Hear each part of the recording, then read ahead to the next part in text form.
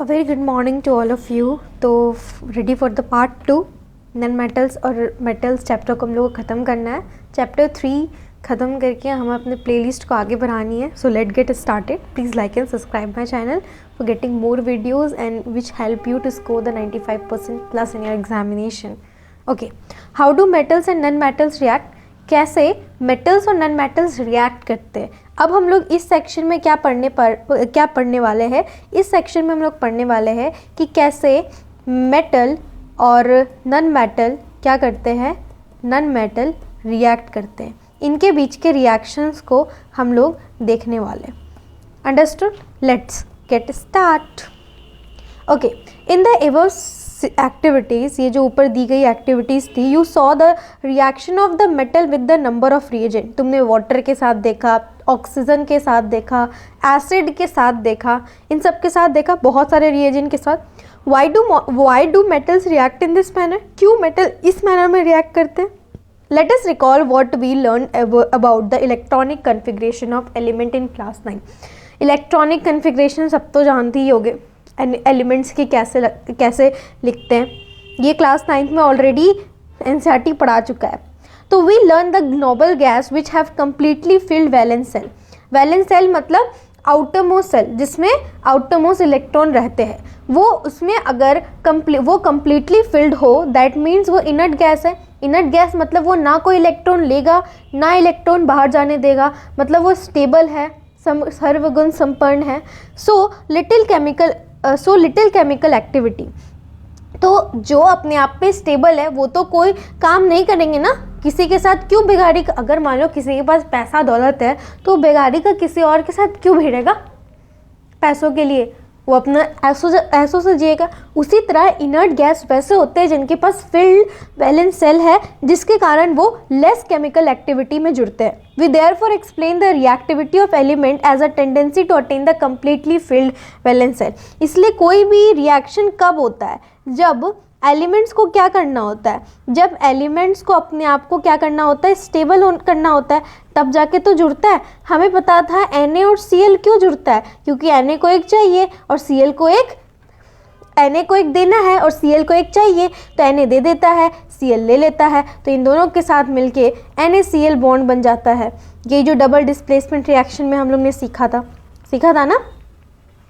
Now इसको अभी brief में भी बताएंगे, फिलहाल यहाँ देखो.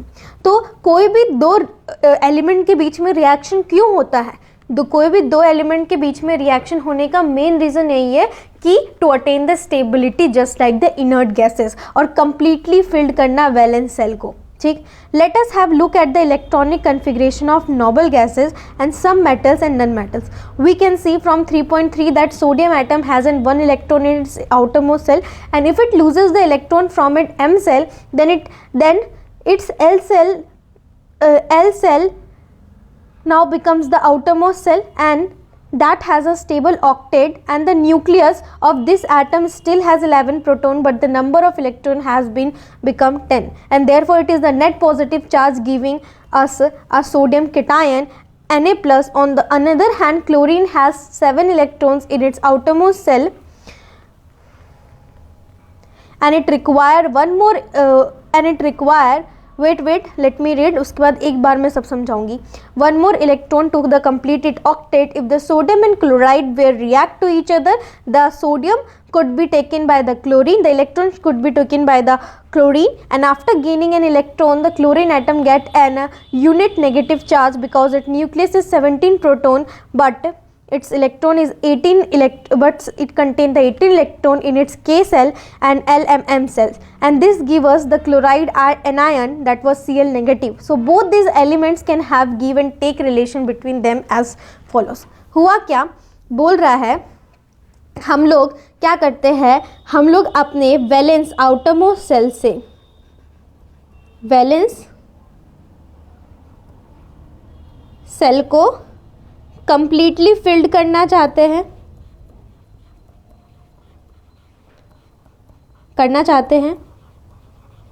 फर्स्टली अगर हम लोग को वैलेंस सेल को कंप्लीटली फिल्ड करना है, तब जाके क्या करेंगे, फिल करके इनर्ट गैस बनेंगे. ठीक, तो होता क्या है, यहाँ पे हमारे पास कुछ कंपाउंड्स है, हमें इनर्ट गैस होना है क्योंकि वैलेंस शेल को कम्प्लीटली फिल करना है, इन शॉर्ट इनर्ट गैस बनना है। जैसे कि हमारे पास एक एलिमेंट है Na का इलेक्ट्रॉनिक कन्फिग्रेशन क्या होता है, K-L-M-N, और इसका एटॉमिक नंबर क्या होता है, वेट क्या होता है, hydrogen, helium, lithium, beryllium, boron, carbon, nitrogen, oxygen, fluorine, sodium, that was 11। ठीक, तो 2, 8 एंड 1। ठीक है, ये क्या हो गया, सोडियम का। बट क्लोरीन का देखा जाए तो एटॉमिक नंबर क्या होता है, आई थॉट दिस इज 17। ठीक है, तो 2, 8 एंड 7। अब देखो यहाँ पे पता चल रहा है ये आउटरमोस्ट सेल से अगर एक इलेक्ट्रॉन चला जाए, आउटरमोस्ट सेल से अगर एक इलेक्ट्रॉन चला जाए तो 8 बचेगा L में, और L इसका आउटरमोस्ट सेल बन जाएगा, that was called valence shell. अगर ये इसका वैलेंस सेल बन जाएगा, अगर एक चला जाएगा और L इसका वैलेंस सेल बन जाएगा, तो इसका वैलेंस सेल में क्या हो जाएगा, सोडियम का वैलेंस सेल में 8 इलेक्ट्रॉन्स आ जाएंगे।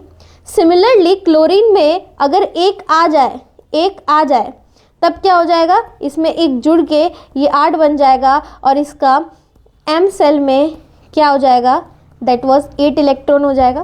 तो दोनों की वैलेंसी फुल हो जाएगी। इसीलिए इन दोनों के बीच में इन दोनों ने सोचा मेरे को एक देना है और तेरे को एक लेना है, तो क्यों ना हम दोनों ही दोस्ती कर ले। तो सोडियम अपना एक इलेक्ट्रॉन क्या करता है, इसको दे देता है, और क्लोरीन इससे एक इलेक्ट्रॉन ले लेता है। तो होता क्या है, सोडियम के पास एक डॉट जो इलेक्ट्रॉन शो कर रहा है वो होता है, और क्लोरीन के पास टोटल 7 होते हैं। ठीक है, अब होता क्या है, यहाँ पे सोडियम अपना इलेक्ट्रॉन दे देता है इसको,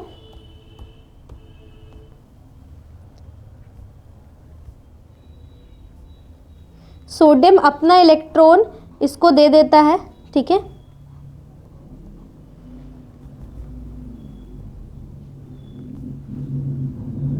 अपना इलेक्ट्रॉन इसको दे देता है, तो इस दोनों के बीच में एक बॉन्ड बन जाती है, क्या, दैट वाज Na, और यहाँ पे क्लोरीन, Na और यहाँ पे क्लोरीन, ये इसको दे दिया, तो इस देने वाले को क्या बोलते हैं, देने वाले को कैटायन बोलते हैं, क्योंकि जो देता है वो पॉजिटिव होता है और जो लेता है वो नेगेटिव होता है। रियल लाइफ में भी जोड़ दे तो ये एनायन हो गया, ये कैटायन हो गया। तो कैटायन के पास पॉजिटिव चार्ज आता है और एनायन के पास नेगेटिव चार्ज, तो इसके पास नेगेटिव चार्ज आ गए। बाकी 1, 2, 3, 4 और 5, 6।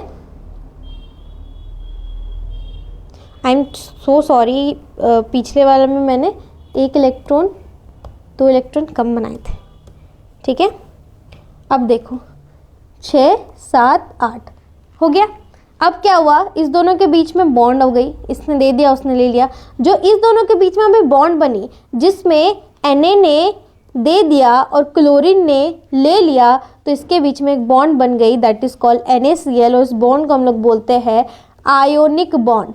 आयोनिक बॉन्ड वो बॉन्ड होता है जिसमें, नाम से ही देखना, जिसमें आयन की एक्सचेंज होता है। यहाँ पे भी क्या हुआ, इलेक्ट्रॉन की एक्सचेंज हुई। इलेक्ट्रॉन मतलब क्या, आयन की एक्सचेंजिंग हुई। ठीक है, Na ने दिया तो ये कैटायन बन गया, Cl ने लिया तो वो एनायन बन गया।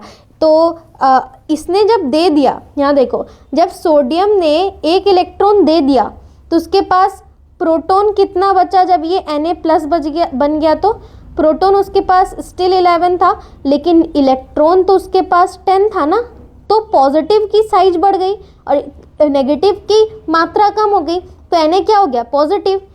अच्छा, अगर क्लोरीन की बात किया जाए तो क्लोरीन ने क्या किया, पहले उसके पास 17 प्रोटॉन थे, ठीक है, लेकिन अब उसके पास इलेक्ट्रॉन 18 हो गए बॉन्ड बनाने के बाद, तो नेगेटिव चार्ज ज़्यादा हो गया और पॉजिटिव चार्ज घट गया, तो इसके ऊपर नेगेटिव का चार्ज आ गया।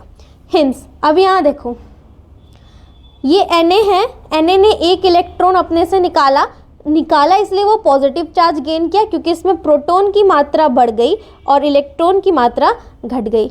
On the another hand chlorine ने एक इलेक्ट्रॉन गेन किया और क्लोरीन नेगेटिव बन गया।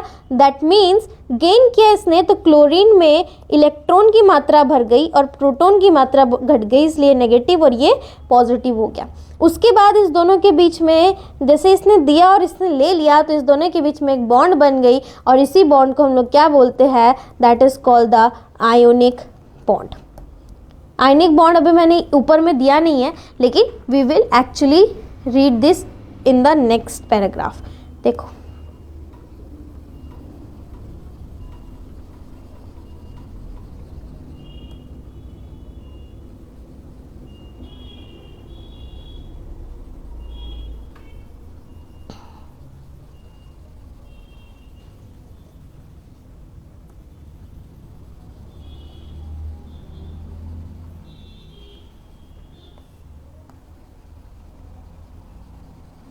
चलो देखो, अब जितना बता दिया अब उसको लैंग्वेज के फॉर्म में देखो। Sodium and chloride ion being oppositely charge. Sodium क्या था, पॉजिटिव था, क्लोरीन क्या है, नेगेटिव था, और पॉजिटिव और नेगेटिव एक दूसरे के लिए अपोजिट ही है, तो these are oppositely charge ion attract each other and are held by a strong. क्योंकि हमें पता है कोई भी चीज़ हो पॉजिटिव नेगेटिव को अट्रैक्ट करता है और नेगेटिव पॉजिटिव को अट्रैक्ट करता है, तो Na पॉजिटिव था तो Na पॉजिटिव था और क्लोरीन नेगेटिव था, दोनों के बीच में अट्रैक्शन हुआ और एक फोर्स ऑफ अट्रैक्शन हुआ to exist as a sodium chloride और इसमें एक बॉन्ड बन गया, that bond it is called as ionic bond. देखो these are held by a strong electrostatic force of attraction to exist as a sodium chloride. It would be noted the sodium chloride does not exist as a molecule but aggregate of oppositively charged. ये कोई molecule नहीं है, ये एक opposite charge का mixture है, जुड़ाव है, aggregate है, ठीक है। Let us see the formation of more ionic compound magnesium chloride. अब सिमिलर एक और कंपाउंड देखेंगे। अब इसको हम लोग मेटल एंड नन मेटल के रिएक्शन क्यों बोल रहे हैं, क्योंकि सोडियम एक मेटल है, ब्लड क्लोरीन एक नन मेटल है।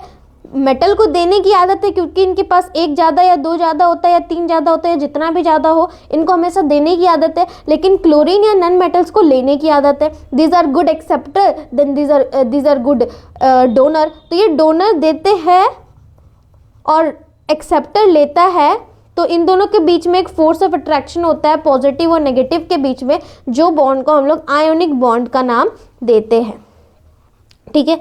तो देखो मैग्नीशियम है, इसने 2 इलेक्ट्रॉन दिया क्योंकि इसके पास 2 इलेक्ट्रॉन ज़्यादा था। क्लोरीन को एक ही इलेक्ट्रॉन चाहिए, एक क्लोरीन को एक ही इलेक्ट्रॉन चाहिए, लेकिन मैग्नीशियम ने क्या किया, 2 इलेक्ट्रॉन दिया, तो 2 इलेक्ट्रॉन एक क्लोरीन तो नहीं लेगा, एक क्लोरीन जो है इसका एक इलेक्ट्रॉन लेके अपने आप को स्टेबल कर लिया, वाकई दूसरा क्लोरीन इसके साथ मिलके एक और इलेक्ट्रॉन ले लिया। तो एक Mg के साथ 2 क्लोरीन जब रिएक्ट करते हैं तब जाके क्या होता है, तब जाके ये बॉन्ड स्टेबलाइज्ड होता है, ठीक है। क्योंकि एक क्लोरीन तो एक ही लेगा तब जाके वो स्टेबल बनेगा, और मैग्नीशियम को क्या करना पड़ता है, 2 इलेक्ट्रॉन देगा तब वो स्टेबल बनेगा। तो मैग्नीशियम तो 2 इलेक्ट्रॉन देके स्टेबल बन गया, लेकिन 2 इलेक्ट्रॉन लेने वाला भी वैसा कंपाउंड होना चाहिए। लेकिन अगर हम लोग क्लोरीन एज अ कंपाउंड ले रहे हैं तो एक क्लोरीन एक ही लेगा, तो मैग्नीशियम जो है वो अपना एक इलेक्ट्रॉन एक क्लोरीन को देगा। वेट, इसको डॉट में रिप्रेजेंट करना सीख लो क्योंकि एग्जाम में आता है। जैसे ये मैग्नीशियम है, इसके पास 2 इलेक्ट्रॉन है, इधर एक क्लोरीन है, इधर एक क्लोरीन है, इसके पास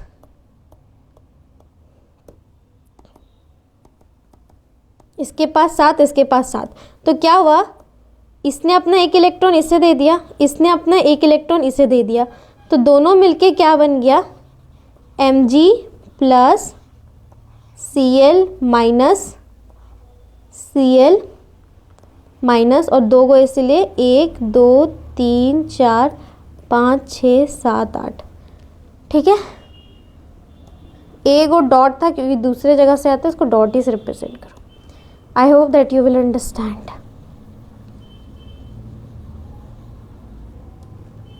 The compound formed in this manner by the transfer of electron or the ion from a metal to non-metal are known as ionic compound और electrovalent compound. इस compound को ionic compound बोलते हैं, इस bond को ionic bond बोलते हैं, या फिर electrovalent compound या electrovalent bond. अब बात करते हैं properties of ionic compound. ionic compound की properties क्या होती है? To learn about the properties of ionic compound, let us perform the activity. Take sample of sodium chloride, कुछ आयनिक कंपाउंड के सैम्पल्स ले लो. What is the physical state of this salt? इस salts के physical state क्या होंगे? Solid, क्योंकि sodium chloride याद रखो हमारे घर में नमक किस फॉर्म में होता है? सॉलिड के फॉर्म में. Take a small amount of sample of metal spatula and heat directly on the flame. अब क्या करो, एक स्पून चम्मच में वो नमक या सॉल्ट जो भी बोल रहे हो उसको, Na और Cl को रिएक्ट करके जो निकाला नमक, उसको तुम हीट में बर्न कर लो. What did you observe? Did the sample impart any color to the flame? क्या सैम्पल्स कोई भी कलर लाता है फ्लेम में? Try to dissolve the samples in water and petrol and kerosene. Are they soluble? जो तुमने sample लिया sodium chloride का, पहले उसको हीट करो, क्या वो कोई फ्लेम छोड़ रहा है? उसके बाद उसको पानी में डाल के देखो, वाटर में डाल के देखो, पेट्रोल में डाल के देखो, केरोसिन में डाल के देखो, क्या वो सॉल्युबल हो रहा है? Make a circuit as shown in the figure, और क्या देखो वो इलेक्ट्रिसिटी कंडक्ट करा रहा है. विथ रेफरेंस टू टी तुम क्या ऑब्जर्व करते हो? देखो सबसे पहले ये सॉल्ट्स के चीज़ें जो तुमने सैंपल में लिया था, इनके मेल्टिंग पॉइंट ये है, इनकी बॉइलिंग पॉइंट ये है. इनकी मेल्टिंग पॉइंट ये है, इनकी बॉइलिंग पॉइंट ये है. दैट मीन्स इनकी मेल्टिंग और बॉइलिंग पॉइंट, यानी कि जब भी पानी में ये मिक्सड होते हैं तो पानी की melting point and boiling point बढ़ा देते हैं, क्योंकि इनकी खुद की मेल्टिंग और बॉइलिंग पॉइंट बहुत हाई होती है, और बॉइलिंग पॉइंट तो मेल्टिंग पॉइंट से ऑलवेज हाई है. ठीक है, अब देखो यहाँ you may have observe physical nature क्या है इसका. आयनिक कंपाउंड जनरली सॉलिड्स होते हैं, somewhat hard because of the strong force of attraction between the positive cation and the negative anion. That means metal and non metal के बीच में strong bond बनने के कारण इनका जो फिजिकल नेचर होता है वो सॉलिड होता है. और जब स्ट्रॉन्ग फोर्स ऑफ अट्रैक्शन होता है दोनों पॉजिटिव और नेगेटिव के बीच में, एनायन और केनायन के बीच में, नेगेटिव और पॉजिटिव आयन के बीच में. This compounds are generally brittle and break into pieces when pressure is apply. अब देखो नमक है, नमक के गुच्छों को थोड़ा प्रेशर अप्लाई करो, वो छोटे छोटे क्रिस्टल में बढ़ जाते हैं. दैट्स वाई ये कंपाउंड्स जो होते हैं ब्रिटल होते हैं, कड़वे होते हैं, और साथ ही साथ इसको पीसेस में भी बांट सकते हैं प्रेशर लगा के.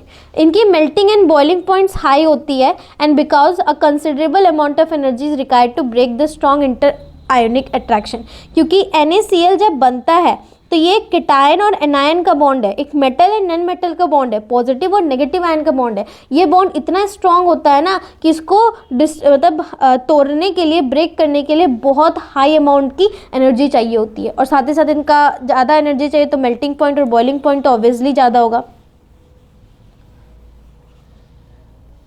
ठीक है, सॉलिबिलिटी की बात किया जाए तो इलेक्ट्रोवेलेंट कंपाउंड्स जनरली सॉल्युबल होते हैं in the water and insoluble होते हैं in solvent such as kerosene and petrol. Electrovalent compounds generally soluble होता है, तब आयोनिक कंपाउंड्स जो होते हैं वो पानी में, वाटर में, पानी में, पेट्रोल में या केरोसिन में, सब में सॉल्युबल होते, पानी में सॉल्युबल होते हैं बट इनसॉल्युबल होते हैं केरोसिन और पेट्रोल में. मतलब कि केरोसिन और पेट्रोल में वो इनसॉल्युबल होते हैं. सॉल्युबिलिटी की बात किया जाए आयनिक कंपाउंड की, लेकिन वो वाटर में सॉल्युबल होते हैं. कंडक्शन की बात किया जाए तो conduction of electricity through a solution involve the movement of charge particle. A solution of ionic compound in water contain ion. जब भी तुम NaCl को या कोई भी आयनिक कंपाउंड को पानी में डालते हो तो वो आयन, वो वाटर आयंस कंटेन करता है, जो मूव करता है अपोजिट इलेक्ट्रोड्स में. When electricity is pass through the solution, an ionic compound in the solid state do not conduct electricity because movement of ion in the solid is not possible due to their rigid structure. But ionic compound in the molten state, this is possible in the molten states in the electrostatic force of attraction between the positively charge are overcome due to the heat, and thus the ions move freely and conduct electricity. बोल रहा है कि जो ionic compound होता है या electrovalent compound होता है वो अपने सॉलिड स्टेट में इलेक्ट्रिसिटी नहीं कंडक्ट कर सकते क्योंकि वो रिजिड फॉर्म में होती है और बंधी हुई फॉर्म में होती है। लेकिन जब वो मोल्टेन स्टेट में हो जाती है, जब उसमें हीट लगता है तो वो चार्ज आयंस जो होते हैं पॉजिटिवली वो ओवरकम करते हैं through the force of attraction, और तब जाके आयंस की मूवमेंट की स्पेस मिलती है और वो लोग कंडक्ट कराते हैं इलेक्ट्रिसिटी। इसीलिए आयनिक कंपाउंड्स जो होते हैं सॉलिड स्टेट्स में कंडक्ट नहीं कर सकते क्योंकि उसमें आयंस की मूवमेंट नहीं हो सकती due to the rigid structure. लेकिन आयनिक कंपाउंड इलेक्ट्रिसिटी कंडक्ट करते हैं मोल्टेन स्टेट में, क्योंकि मोल्टेन स्टेट में electrostatic force of attraction overcome होता है किससे? By the heat, and this thus the ions move freely and conduct electricity. अब आ जाओ अक्यूरेंस ऑफ मेटल्स, मतलब मेटल्स जो तुम देखते हो उनकी अक्यूरेंस क्या है, मतलब वो कहाँ से उत्पन्न होती है, मेटल्स कहाँ से उत्पन्न होती है। देखो earth crust is the major source of metal. Earth crust क्या है? मेजर सोर्स है मेटल का। And sea water also contain some soluble salt such as the sodium chloride, magnesium chloride and etcetera. Earth crust जो है जितने भी minerals हमें मिलते हैं, जितने भी मतलब मेटल के सोर्सेस है, वो सारे के सारे हमें कहाँ से मिलते हैं? That is from the earth crust. Sea water जो है वो कुछ सॉल्युबल सॉल्ट्स को कंटेन करता है, जैसे नमक, समुद्र में पानी होता है और पानी के अंदर उसके साफ वाटर तो नहीं है और फ्रेश वाटर तो नहीं है, they contain the salty water. और वो सॉल्टी वाटर किस लिए होता है? Because of the presence of sodium chloride, magnesium chloride और different types of other salts. सिर्फ सोडियम क्लोराइड नहीं होता, उसमें बहुत सॉल्ट होते हैं, बहुत डिफरेंट टाइप्स के सॉल्ट होते हैं। द एलिमेंट और compound which occur naturally in the earth crust are known as the mineral.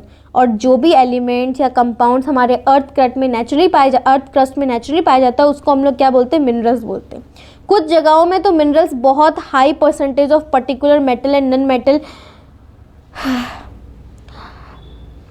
Eight some places, कुछ प्लेसेस में तो मिनरल्स जो है वो बहुत हाई परसेंटेज में पाए जाते हैं पर्टिकुलर मेटल्स को और नॉन मेटल्स को, can be profitable extracted from it. और कुछ जगह में तो मेटल इतने ज़्यादा अमाउंट्स में पाए जाते हैं कि उस जगह को एज मतलब ऐसे कोल एक जगह पाया जाए तो उसको एक्सट्रैक्शन के लिए यूज़ किया जाता है उस इलाका को। उसी तरह कुछ जगह जहाँ पे मेटल की मात्रा बहुत है, एक पर्टिकुलर मेटल की, जैसे एल्युमिनियम है तो बॉक्साइट में एल्युमिनियम है तो एल्युमिनियम ही पाया जा रहा, तो बॉक्साइट ओर को हम लोग यूज़ करते हैं किस लिए? एल्युमिनियम एक्सट्रैक्ट करने के लिए। उस जगह ही कैप्चर हो जाती है एल्युमिनियम का एक्सट्रैक्ट करने के लिए, और मेटल को वहाँ से एक्सट्रैक्ट करके और बाकी अपना प्रॉफिटेबल काम करने के लिए इस्तेमाल करते हैं। और जहाँ पे ऐसा जगह जहाँ पे एक तरीके का पर्टिकुलर मेटल पाया जाता है, और मेटल वहाँ से एक्सट्रैक्ट करके प्रॉफिटेबली हम लोग एक्सपोर्ट कर सकते हैं और कमा सकते हैं, उस जगह को हम लोग क्या बोलते हैं? उस जगह को हम लोग ओर बोलते हैं। उस जगह को हम लोग क्या बोलते हैं? उस जगह को हम लोग ओर्स बोलते हैं। इस सेक्शन से बस एक ही लाइन है कि जहाँ पे ऐसी जगह कुछ प्लेसेस में वैसे मिनरल्स पाए जाते हैं जो पर्टिकुलर टाइप के मेटल कंटेन करते हैं, और वो metal can B profitably extracted, बहुत आसानी से एक्सट्रैक्ट किया जा सकता है, बेच के प्रॉफिट कमाया जा सकता है, और उस एरिया को हम लोग ओर्स बोलते हैं। अब मेटल की एक्सट्रैक्शन कैसे करते हैं, कैसे निकालते हैं मेटल्स को? You have learn about the reactivity series of metal, अभी पढ़ के आए हम लोग। Having this knowledge you can easily understand how a metal is extracted from its ore. वो जान के तुम आराम से समझ सकते हो कैसे निकाल सकते हैं। Some metal are found in the earth crust in the free state. कुछ मेटल्स जो होते हैं अर्थ क्रस्ट में फ्री स्टेट में पाए जाते हैं।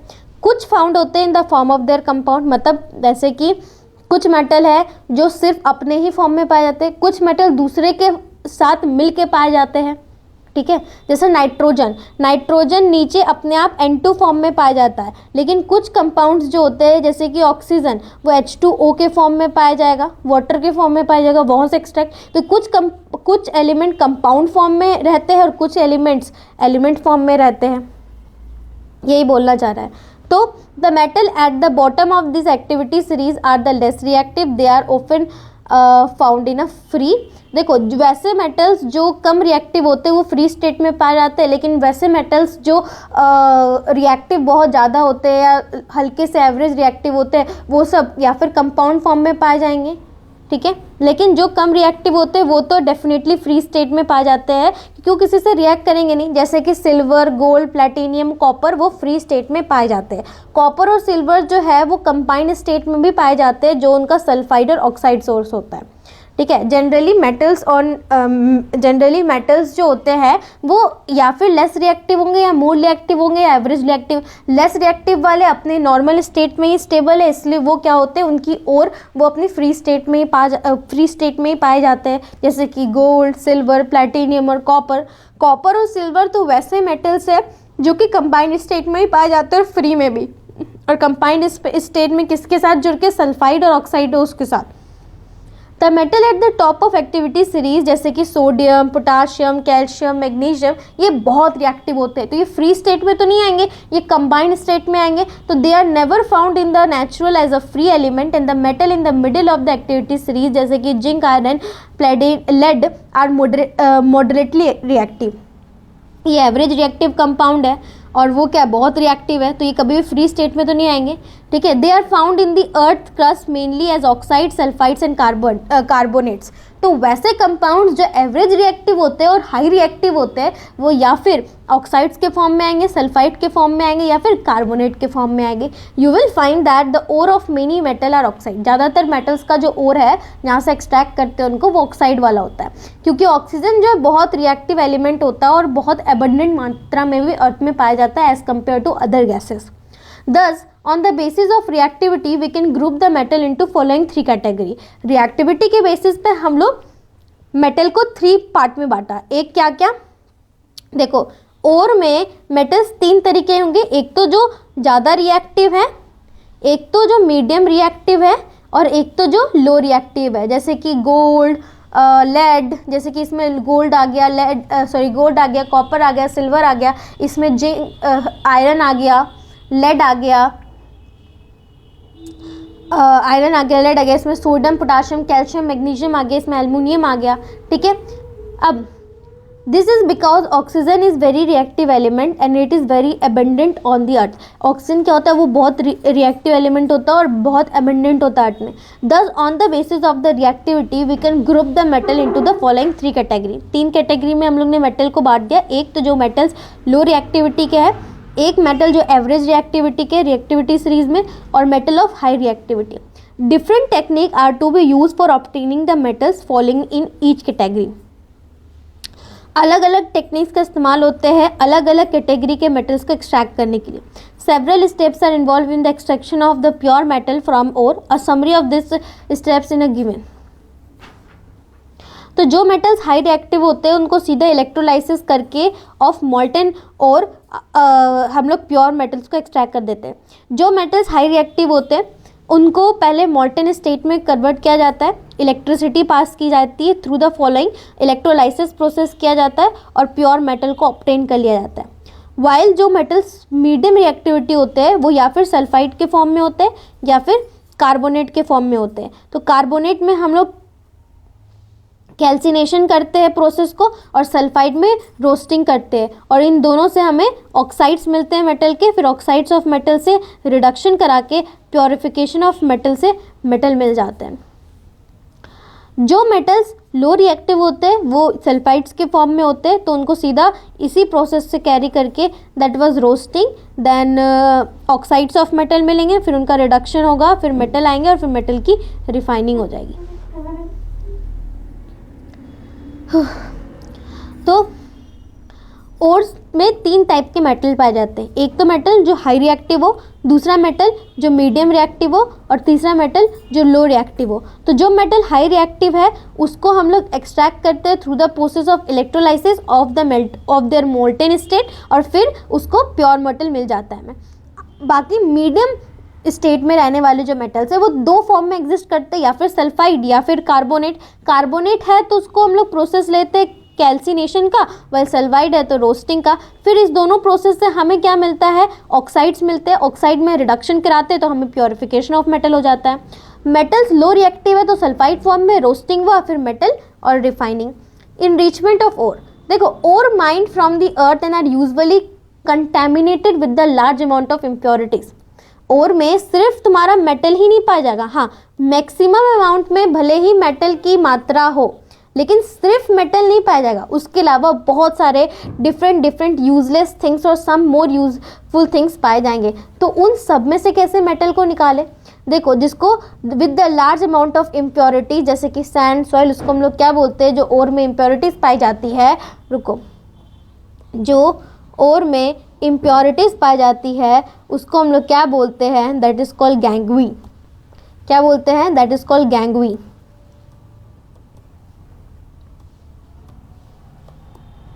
The impurities must be remove from the ore prior to the extraction of metal. और जब भी तुम मेटल को उस ओर से एक्सट्रैक्ट कर रहे हो तो इम्प्योरिटी तो हटानी पड़ेगी, दैट मीन्स उस गैंग्यू को तो हटाना ही पड़ेगा। तो use for removing the गैंग्यू from, अच्छा, तो द प्रोसेस जिसको हम लोग गैंग्यू हटाने के लिए इस्तेमाल करते हैं for the ore are based on the difference between the physical or chemical property of the gangue. अगर तुमको गैंग्यू को हटाना है from the in the process of extraction of metal, तो आप क्या करते हो, फिजिकल और केमिकल प्रॉपर्टीज उनकी इस्तेमाल करते हो एंड और डिफरेंट सेपरेशन टेक्निक्स का इस्तेमाल करते हैं।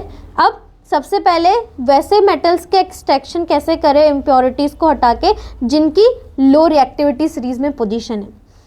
Metal in the low in the activity series are very unreactive, वो जनरली किसी से रिएक्ट नहीं करते, तो वो या फिर सल्फाइड्स के फॉर्म में या फिर ऑक्साइड्स के फॉर्म में और या फिर as a free state exist कर रहे हैं। तो वैसे मेटल जो लो रिएक्टिव है उनके ऑक्साइड्स जो होते हैं उनको रिड्यूस किया जाता है to metals by heating alone.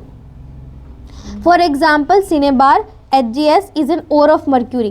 When it is heated in air, it is first converted into the mercuric oxide. तो the oxides of this metal, जो metals low reactive होते हैं वो या फिर सल्फाइड्स के फॉर्म में है या फिर ऑक्साइड्स के फॉर्म में। तो ऑक्साइड्स के फॉर्म पहले अगर वो सल्फाइड्स के फॉर्म में है तो सल्फाइड्स के फॉर्म में through the process of roasting, अगर वो सल्फाइड्स के फॉर्म में है तो रोस्टिंग के प्रोसेस से उसको पहले ऑक्साइड्स बनाया जाता है, फिर ऑक्साइड्स को हम लोग क्या करते हैं, रिड्यूस करते हैं और रिडक्शन प्रोसेस करने के बाद हमें प्योर मेटल मिल जाता है। ठीक है,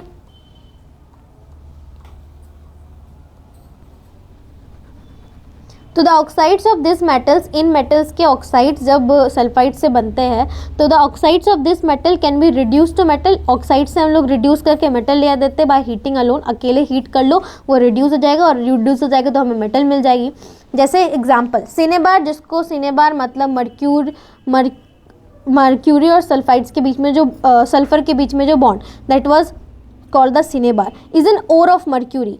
यहीं से मर्क्यूरी की एक्सट्रैक्शन होती है और सिनेबार को मर्क्यूरी का ओर बोलते हैं जहाँ पे मर्क्यूरी की परसेंटेज बहुत ज़्यादा होती है। तो सिनेबार जो कि मर्क्यूरी का ओर है, when it is heated in air it first converted into the mercuric oxide and mercuric oxide is then reduce to mercury for the further heating. क्या सबसे पहले हमने क्या किया, सल्फाइड ग्रुप से किस में कन्वर्ट किया, ऑक्साइड ग्रुप में कन्वर्ट किया, जो जैसा प्रोसेस चल रहा था। फिर ऑक्साइड ग्रुप से रिड्यूस करके हम लोग ने उसको मेटेलिक ग्रुप में कन्वर्ट किया।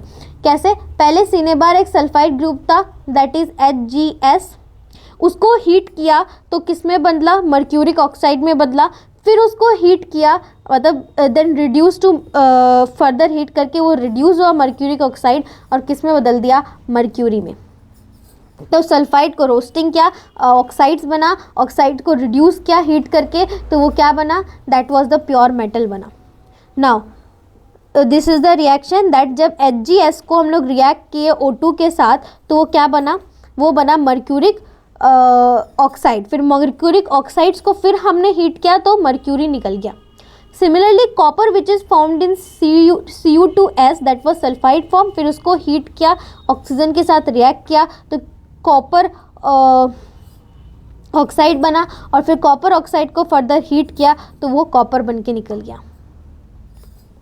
Extracting metal in the middle of the reactivity series, the metal in the middle of the reactivity series जैसे कि iron, zinc, lead, copper are moderately reactive. पीछे जो पड़ा उसमें मेटल्स जो थे वो लो रिएक्टिविटी सीरीज में थे, अब इसमें मेटल्स मॉडरेटली रिएक्टिव में। ये यूजुअली प्रेजेंट होते हैं या फिर सल्फाइड या कार्बोनेट्स के फॉर्म में। तो it is easier to obtain a metal from it oxide as compare to sulphide and carbonate. किसी भी मेटल को एक्सट्रैक्ट करना है तो ऑक्साइड फॉर्म से जल्दी आ जाता है as compare to sulphide and carbonate. इसीलिए तो वो ओर के माइंड मैप से हमने देखा था कि ओर अगर कार्बोनेट फॉर्म में है और सल्फाइड फॉर्म में है तो उन दोनों को, कार्बोनेट में है तो कैल्सिनेशन से कर दो और सल्फाइड में है तो रोस्टिंग से कर दो। दोनों मिलके जब ऑक्साइड्स ऑफ मेटल्स में आ जाए तो उनको रिड्यूस करके प्योर मेटल में कन्वर्ट कर दो। तो इसी तरह तो there period to the reduction the metal sulphides and carbonate must be converted. सबसे पहले ये जो मिडिल में सीरीज में आते हैं, मिडिल एक्टिविटी सीरीज में जो एलिमेंट्स आते हैं उन सम या फिर कार्बोनेट या सल्फाइड फॉर्म में, कार्बोनेट या सल्फाइड फॉर्म से सबसे पहले ऑक्साइड्स के फॉर्म में पढ़ लो। और सल्फाइड ओर्स को हम लोग ऑक्साइड्स में बदलते हैं हीट करके बहुत स्ट्रांगली, किसके प्रेजेंस में, एयर के प्रेजेंस में। This process is called the roasting and the carbonate ore are change into oxide by heating strongly in limited air. देखो दोनों में अंतर है। अगर वो सल्फाइड के फॉर्म में है तो उसको रोस्टिंग करो। रोस्टिंग प्रोसेस क्या होता है कि उस एलिमेंट को, उस ओर को बहुत स्ट्रांगली हीट करना एयर के प्रेजेंस में। लेकिन कार्बोनेट ऐसा प्रोसेस है, कार्बोनेट को हटाने के लिए हम लोग क्या करते हैं, कैल्सिनेशन करते हैं। और कैल्सिनेशन एक ऐसा मेथड है जिससे तुम हीट करते हो, जिससे तुम क्या करते हो, जिससे तुम हीट करते हो किसी भी एलिमेंट को, वो कंपाउंड को, जब उस ओर को जब तुम हीट करते हो तो लिमिटेड एयर में हीट करते हो। याद रखना इसमें in the presence of excess air, लेकिन उसको लिमिटेड एयर में करते हो। बस एक्सेस और लिमिटेड का अंतर है। इस प्रोसेस को कैल्सिनेशन बोलते हैं। फिर ये ऑक्साइड्स के ओर में बदल गए, फिर हीट दे के रिड्यूस कर दो, फिर वो प्योर मेटल के फॉर्म में आ जाएंगे। जैसे जिंक सल्फाइड है, इसको पहले हमने एयर में, सल्फाइड है तो रोस्टिंग है तो ज़्यादा पानी दिया और एक्सेस एयर में किया तो ये ऑक्साइड में बदला। फिर ऑक्साइड, इसी तरह फिर ऑक्साइड को तुम फर्दर हीट करो तो फिर ये जिंक में बदल जाएगा बाय द रिडक्शन मेथड। ये कार्बोनेट फॉर्म में हीट किया, जिंक ऑक्साइड में बदला, फिर CO2, फिर जिंक ऑक्साइड को रिड्यूस किया तो जिंक प्लस CO बन गया। तो the metal oxide and then metal oxide को रिड्यूस किया तो वो मेटल्स में कन्वर्ट कर दिया by using the suitable reducing agent such as carbon. For example when the zinc is oxide is heated with carbon तो वो रिड्यूस होकर किस में बदल गया, जिंक में बदल गया। तो you are already familiar with the process of oxidation and reduction and explained in the first chapter, obtaining metal from their compounds as a reducing agent. Now, beside using carbon to reduce metal oxide to metal, sometimes displacement reaction can also be used. देखो ये जरूरी नहीं है कि तुम हर बार एक reducing agent का इस्तेमाल करो किसी भी ऑक्साइड्स ऑफ मेटल्स को रिड्यूस करने के लिए। तुम डिस्प्लेसमेंट रिएक्शन का भी काम कर सकते हो या फिर हीटिंग करके जो प्रोसेस पहले रिएक्शन में हुआ मर्क्यूरी या सिनेबार में, वो भी इस्तेमाल कर सकते हो। ठीक है। और जो रिडक्शन कराता है उसको ऑक्सीडाइजिंग एजेंट बोलते हैं और जो ऑक्सीडेशन कराता है उसको रिड्यूसिंग एजेंट बोलते हैं। ठीक है। ये रिड्यूसिंग एजेंट था, मतलब अपना ऑक्सीडेशन कराएगा। तो इससे ये ऑक्सीजन ले लिया और इससे ये ऑक्सीजन ले लिया तो जिंक अकेला बच गया और जिंक निकल गया as a pure metal. Understood. आ जाओ।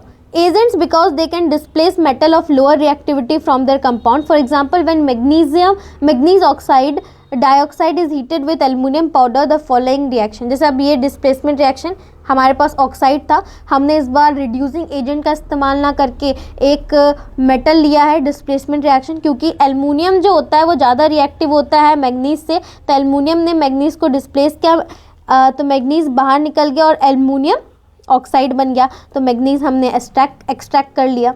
Now this displacement reaction highly exothermic होता है, बहुत हीट निकलती है इस रिएक्शन में और the amount of heat evolve is a large and that the metal are produce in the molten state. ये इतनी ज़्यादा हीट प्रोड्यूस करता है कि जो मेटल निकलता है प्योर फॉर्म में वो मोल्टन स्टेट में निकलता है। इसी रिएक्शन जो होता है आयरन ऑक्साइड्स का विद द एल्युमिनियम, इसको हम लोग रेलवे ट्रैक को ज्वाइन करने में इस्तेमाल करते हैं और this reaction is known as the thermite reaction. Important, किस रिएक्शन को थर्मिट रिएक्शन बोलते हैं?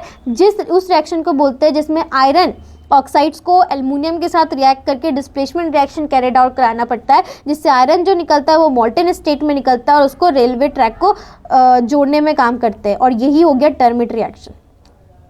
Extracting metals towards the top of the activity series. देखो the metal high up in the reactivity series वो बहुत रिएक्टिव होते हैं।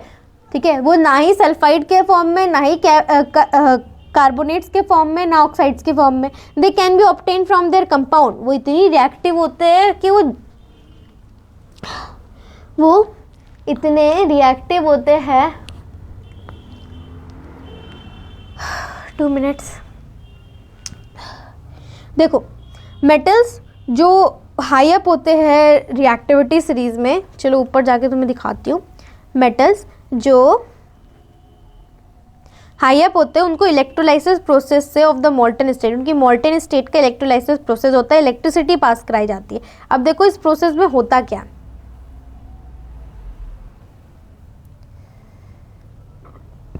अब इलेक्ट्रोलाइसिस किया जाता है। नाउ जैसे कि carbon can not reduce the oxides of sodium and magnesium.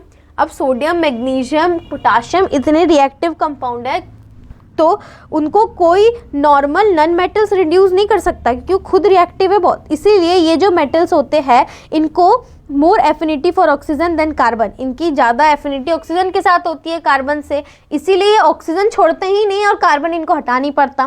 तो this metals are obtain by the electrolytic reduction, जैसे कि sodium, magnesium, calcium are obtain by the electrolysis of their molten chlorides. उनके molten chlorides का मतलब उनके वो chloride form में होते हैं तो उनको लिक्विड फॉर्म में कन्वर्ट किया जाता और उस लिक्विड फॉर्म का इस्तेमाल किया जाता है इसको एक्सट्रैक्ट करने में। And the metal which are deposited in the cathode charge particle, negatively charged particle, whereas chlorine is liberated at the anode positively charged particle and the reaction are, देखो होता क्या है। सबसे पहले इनका कंपाउंड फॉर्म का मोल्टन स्टेट, ये हो गया मोल्टन स्टेट, NaCl का मोल्टन स्टेट, इलेक्ट्रिसिटी पास कराए, इलेक्ट्रोलाइसिस प्रोसेस कराए, Na प्लस है और Cl नेगेटिव है, कैथोड नेगेटिव होता है और एनोड पॉजिटिव होता है, तो Na प्लस है तो ये पॉजिटिव नेगेटिव की तरफ जाएगा और नेगेटिव पॉजिटिव की तरफ जाएगा, यही यहाँ पे लिखा है ना।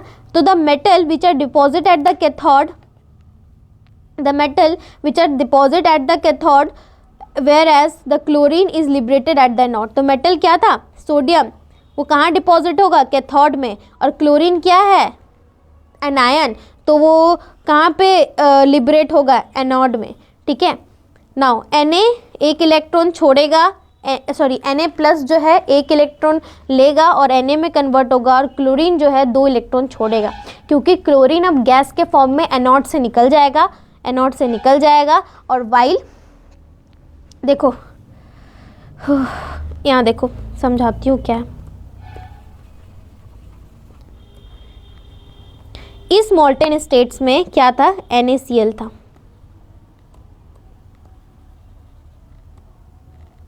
इस मोल्टन स्टेट में क्या था, NaCl था।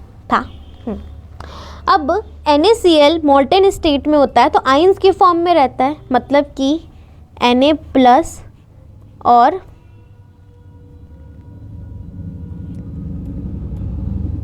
Cl negative, Cl negative. ठीक है, Cl याद रखना, क्लोरीन कभी भी अकेला एग्जिस्ट नहीं करता, क्लोरीन हमेशा Cl2 फॉर्म में एग्जिस्ट करता है गैसेस के फॉर्मेट पे।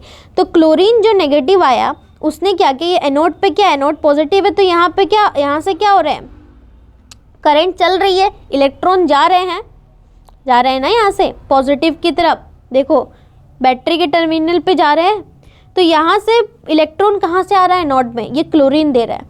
क्लोरीन क्या कर रहा है, अपने से एक इलेक्ट्रॉन निकाल दे रहा है और 2 क्लोरीन मिलके क्लोरीन गैस बन के एनोड से निकल जा रहे हैं। बाकी ये इलेक्ट्रॉन फिर इधर से जाके कैथोड के पास आ रहा है और वो कैथोड से जो इलेक्ट्रॉन आ रहे हैं वो Na के साथ यूटिलाइज होके Na प्लस को Na प्लस से एक इलेक्ट्रॉन जुड़ के Na में कन्वर्ट कर रहा है। मतलब यहाँ पे सोडियम की डिपॉजिटिंग हो रही है और क्लोरीन गैस बना के निकल रहा है, ऊपर गैस बन के निकल रहा है क्योंकि इसकी इलेक्ट्रॉन जा रही है बैटरी के थ्रू कैथोड में और वो कैथोड से इलेक्ट्रॉन Na के द्वारा इस्तेमाल हो रहा है और यहाँ जमा हो रहा है और बाकी जितनी इम्प्योरिटीज़ है वो नीचे जम रही है। Let's read. अब समझ आई, अब पढ़ूंगी ना समझ आ जाएगी।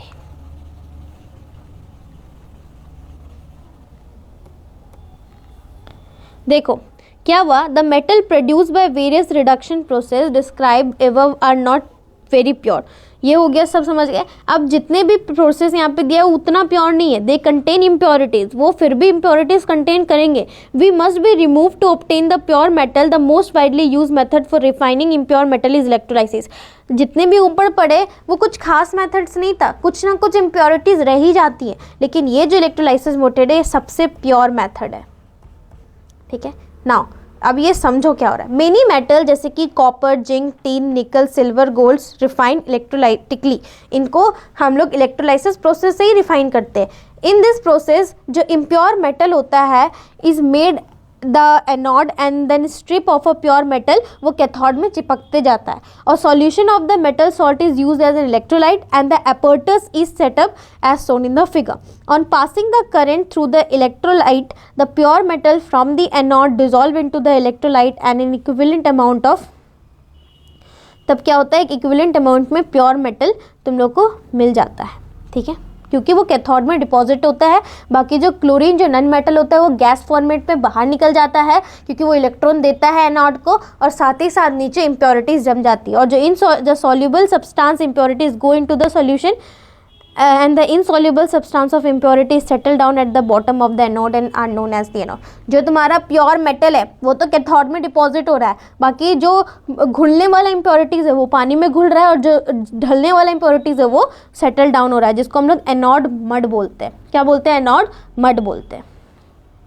कोरेजन में आ जाओ, तुम पहले ही पढ़ चुके हो यार कि इतनी नहीं बोलने की ज़रूरत है कि सिल्वर में ब्लैक कोटिंग होती है, कॉपर में ग्रीन कोटिंग होती है, और आयरन में रेडिश ब्राउन कोटिंग होती है। ये ब्लैक बन जाता है कुछ टाइम के बाद जब इसको वाटर एयर में एक्सपोज करो, क्योंकि ये सल्फर के साथ रिएक्ट कर जाता है एयर में to form a coating of silver sulphide, और ये कॉपर कार्बोनेट की कोटिंग बना देता है बाहर में रिएक्ट करके। तो जो कॉपर होता है वो मॉइस्ट कार्बन डाइऑक्साइड के साथ इन द एयर रिएक्ट कर देता है, slowly loses it shiny brown surface and gain a green coating. ये कार्बन डाइऑक्साइड के साथ रिएक्ट कर लेता है और कार्बोनेट की कोटिंग बना लेता है, कैल्शियम कार्बोनेट, कॉपर कार्बोनेट की।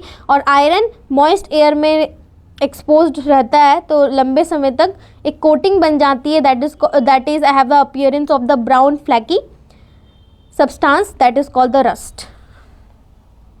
ये एक एक्टिविटी है जो पढ़ लेना, ज़्यादा कुछ नहीं है।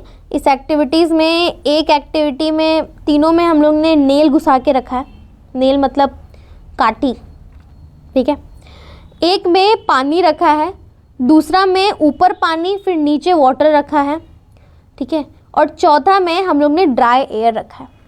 इतना तो जानते हो कि ड्राई एयर है, मॉइस्चराइज़र नहीं है, तो नेल को कुछ नहीं होगा। बिना मॉइस्चराइज़र का रस्टिंग प्रोसेस होगी ही नहीं। एयर है उसके साथ मॉइस्चराइज़र है, तब जाके आयरन में ब्राउन फ्लैकी कोटिंग जमा होती है। और यहाँ पे देखो पानी तो है, हमारे पास मॉइस्चराइज़र तो है, लेकिन एयर का कांटेक्ट इस ऑयल ने काट दिया। दैट्स वाई जब एयर का कांटेक्ट पानी से हट गया तो नेल के पास मॉइस्चराइज़र डेफिनेटली है, बट पानी नहीं है, एयर नहीं है। बिना एयर के ये भी नहीं रस्ट होगा, लेकिन यहाँ पानी है, एयर है, दोनों है, तो ये रस्ट हो जाएगा। This is only thing in this activity that is being shown by the book.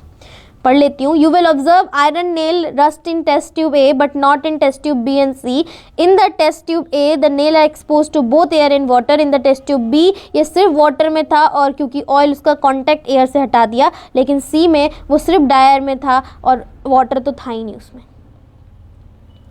आ जाओ अब कैसे कोरेजन से बचे।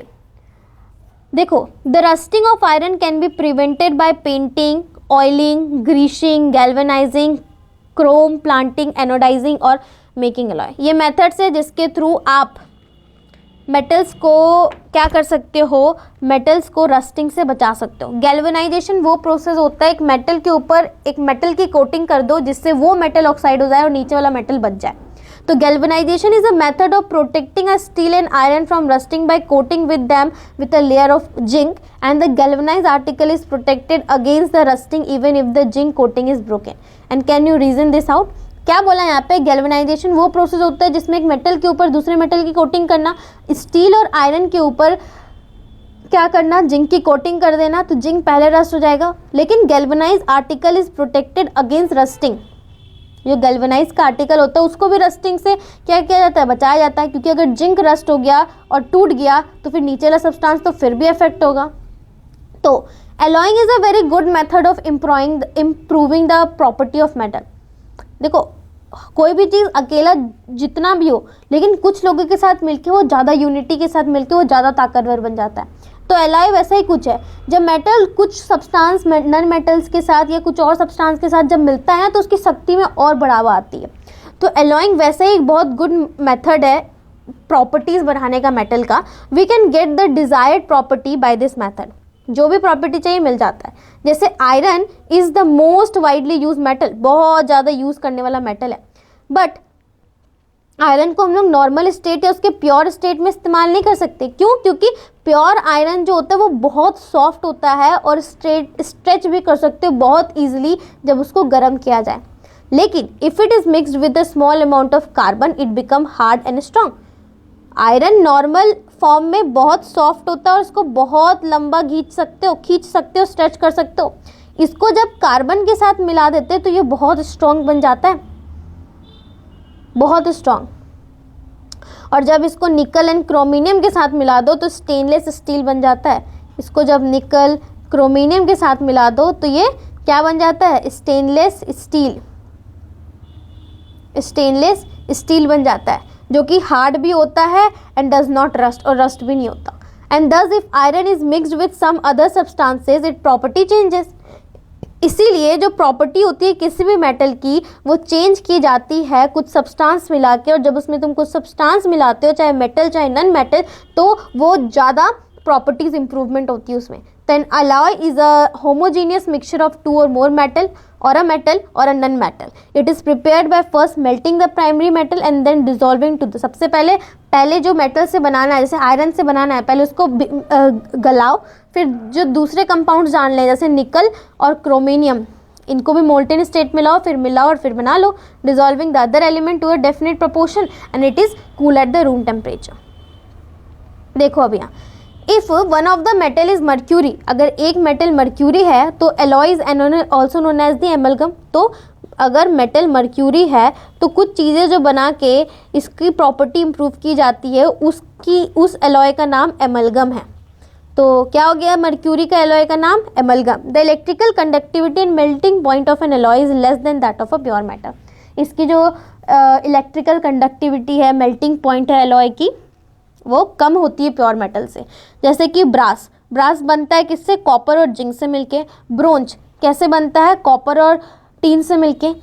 ये गुड कंडक्टर नहीं होते, बल्कि मेटल गुड कंडक्टर होता है हीट का। जहाँ पे कॉपर को हम लोग इस्तेमाल करते हैं इलेक्ट्रिक सर्किट्स बनाने के लिए, वही solder an alloy of the lead and the tin has a low melting point.